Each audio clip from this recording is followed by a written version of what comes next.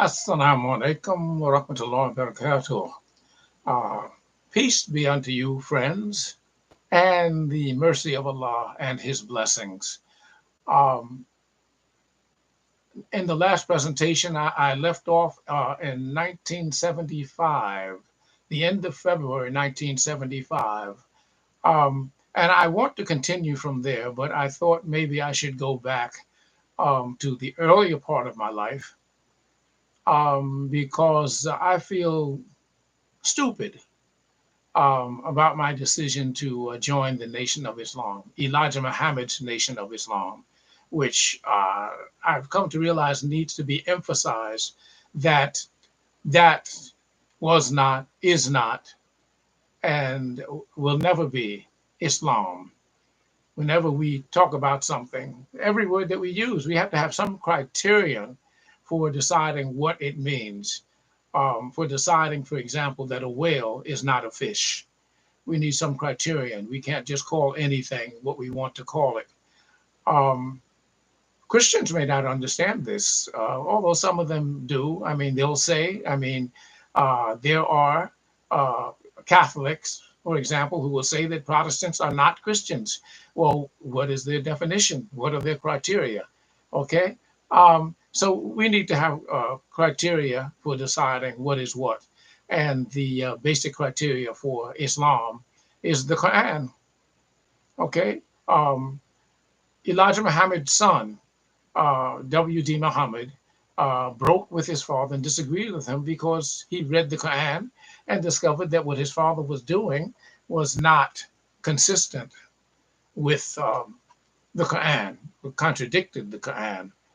So the Elijah Muhammad's Nation of Islam was not Islam. Um, if you want to know what Islam is, you have to look at some other example, but that's not it. Uh, and what people don't understand, which I may have mentioned earlier, is that nobody was talking about Islam or Muslims, and that's an exaggeration, but very, very little was known or spoken of Islam and Muslims 50 years ago, okay, or over 50 years ago. I knew nothing about it. I'm tempted to say I started to learn about Islam in 1971 when I was being fished into Elijah Muhammad's Nation of Islam. But really, I mean, since that was not Islam and many of the things that were said contradict what's in the Quran, what I would say is that I really started to learn about Islam in 1975 after Elijah Muhammad passed away. May Allah forgive him his sins and admit him to paradise. That's up to Allah. Um, but after he passed away and W. Muhammad began leading us towards the Quran and the example of Prophet Muhammad. So what opened me up to this idea? Um, One of the things that and I should look this up. I mean, I should have looked this up before I started this talk. So maybe I'll save it for another talk instead of wasting your time while I'm looking for something.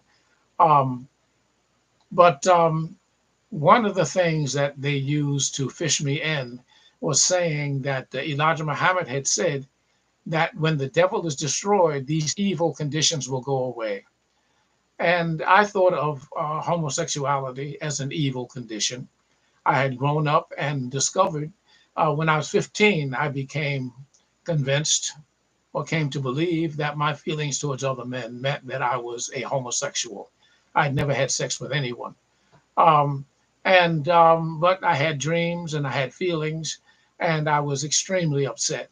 And I ended up spending the next 25 of the next 30 years trying to not be homosexual. What do you do to not be homosexual? I don't know. I'm embarrassed to even think about it. What was I doing? I don't know.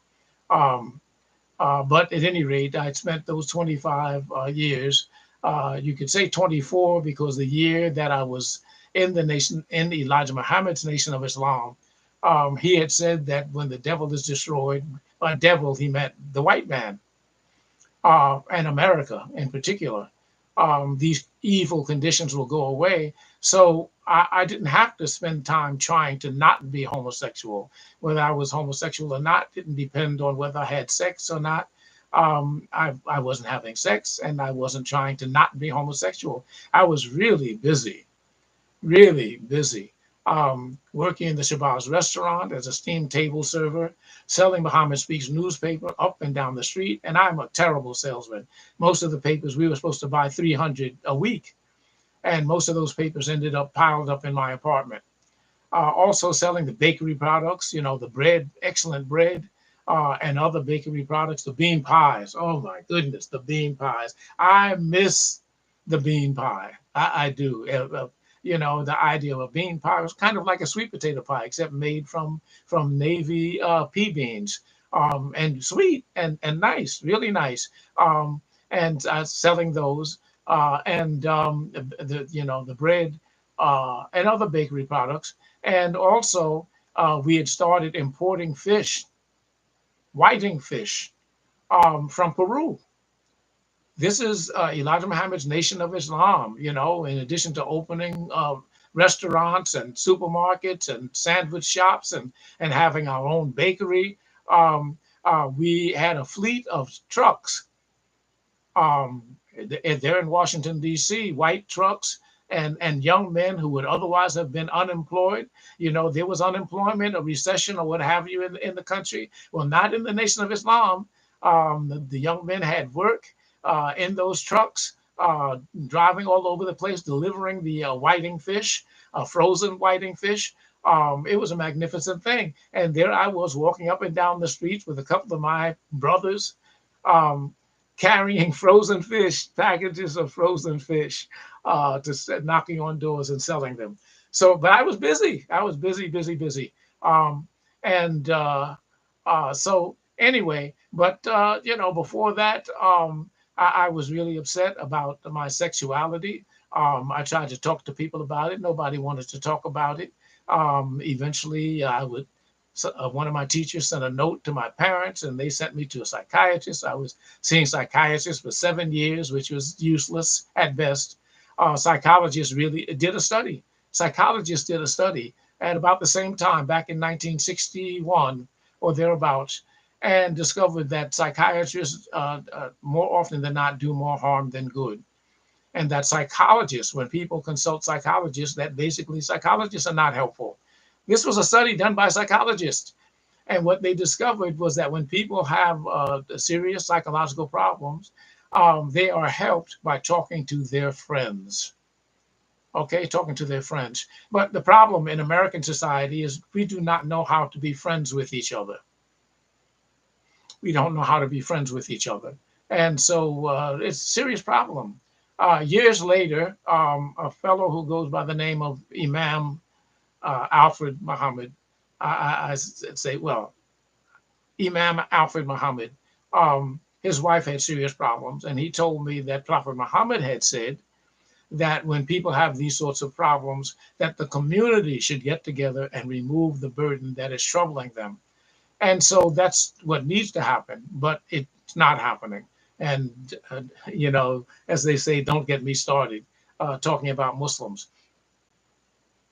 But anyway, yeah, I spent all of that time. I had spent 8 years trying to not be homosexual when these guys started. No, what happened was I encountered some really serious issues, psychological issues, and decided I just had to let go. And and I went out into the gay life in November of 1969.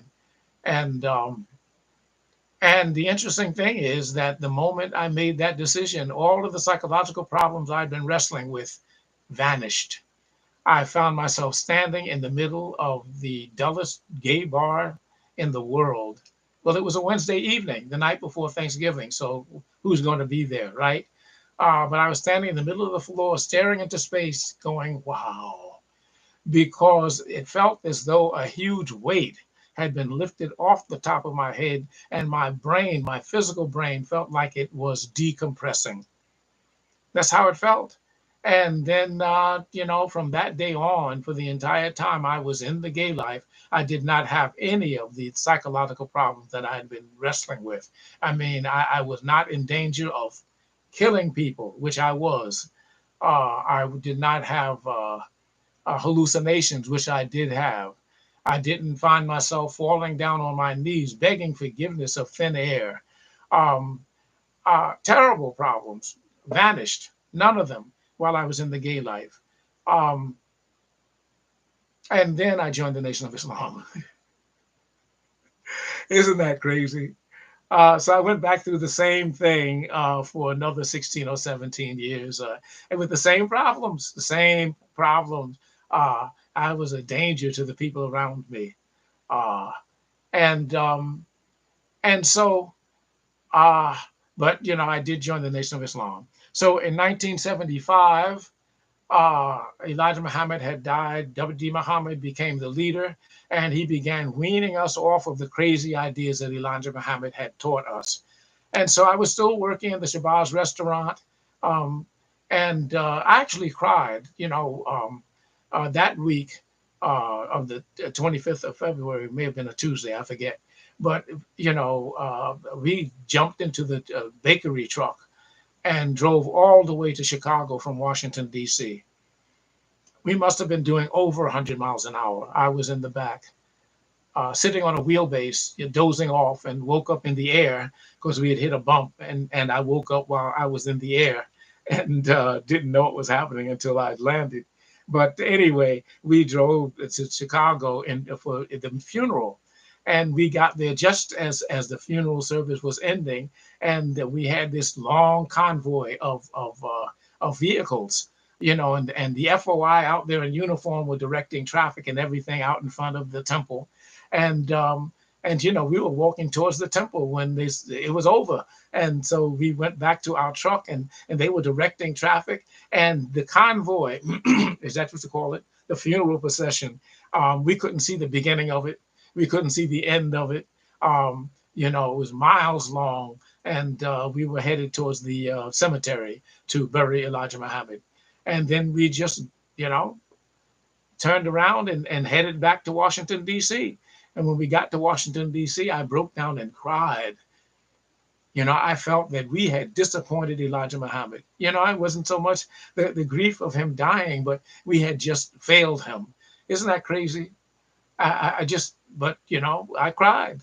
And then, continued working at the Shabazz restaurant.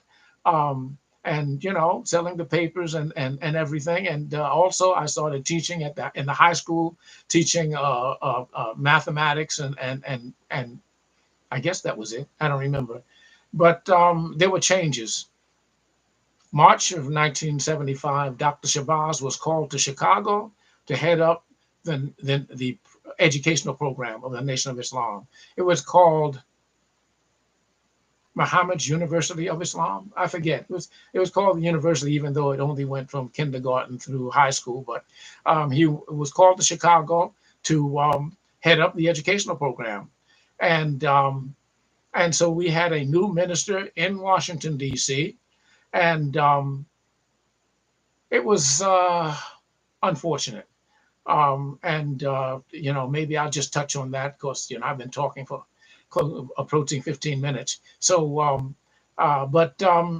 I had a conversation with him. I went into his office and we talked. I think we talked for 2 hours. I thought it was a pleasant conversation. But the next time he got up and spoke in public, um, uh, he said that he had just spent 2 hours talking with a crackpot. So he called me a crackpot. So, I was actually grateful. I said, oh, so it's like that, huh?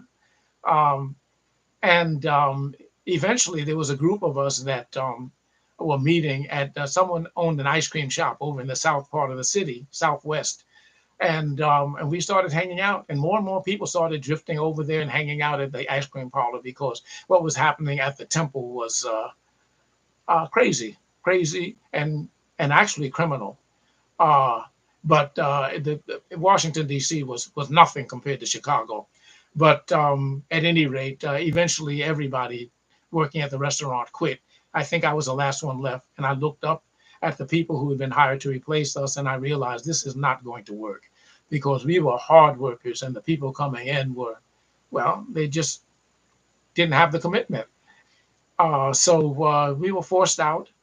um, this is what it's like living in a purge, a political purge. It was actually a purge, and we were forced out, and and then Dr. Shabazz called us Chicago. There were three of us, I believe, who were still in Washington D.C. He called us to Chicago to help him in his work, and so we went. Our motto in those days were "We hear and we obey." So we went to Chicago. I used my rent money to get on a plane and fly to Chicago. And that's another episode in the story. So that was August of 1975. So that begins another episode in my story. And so, Allah willing, I will continue with this story because things get really interesting in Chicago. And hopefully you will tune in and listen to the rest of my tales from the crypt. Assalamu alaikum wa rahmatullahi wa barakatuh.